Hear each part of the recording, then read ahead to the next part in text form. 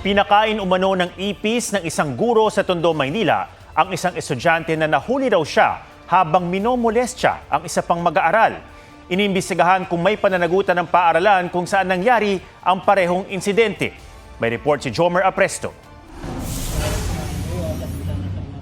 Sinilbihan ng warrant of arrest para sa kasong child abuse ang lalaking gurong yan sa labas mismo ng eskwelahan sa Tondo, Maynila. Ayon sa pulisya, pinakain ng guro ng ipis ang 12 anyos na grade 7 student noong October 25. Itong nasabing guro ay nahuli niya habang minumulest siya yung isang estudyante rin na babae doon sa loob ng isang CR, doon sa loob ng eskwelahan.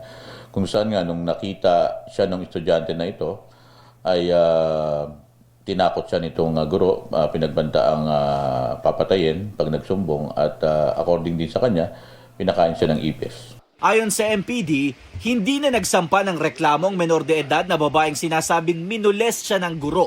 Dahil sa loob ng paaralan nangyari ang dalawang insidente, Titignan kung meron nakita na pagpapabaya doon sa loob ng eskwelahan, tinitingnan yan at depende yan doon sa magiging resulta ng pag-iimbestiga kung magkakaroon ng formal investigation.